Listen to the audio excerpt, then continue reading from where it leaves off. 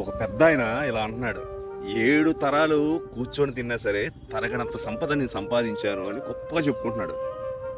ఏమండి, చెప్తుంది మీకే, వింటున్నారనుకుంటున్నా. నేను అంటాను, నువ్వు 7 తరాలు కూర్చొని తినేంత ఆస్తి సంపాదించావు, కానీ ఏంటి లాభం చెప్పు?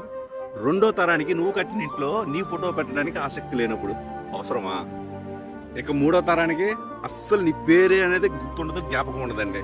అలాంటప్పుడు ఎందుకండి? మొదటి 2 తరాలకే నువ్వు సంపాదించిన సంపాదన తినడానికి ఆసక్తి ఉంది, కానీ నీ పేరు కానీ నీ ఫోటో కానీ పెట్టుకునే జ్ఞాపకమే లేదు. ఎవరి కోసం అండి? సంపాదించండి, సంపాదించడం తప్పు కాదండి.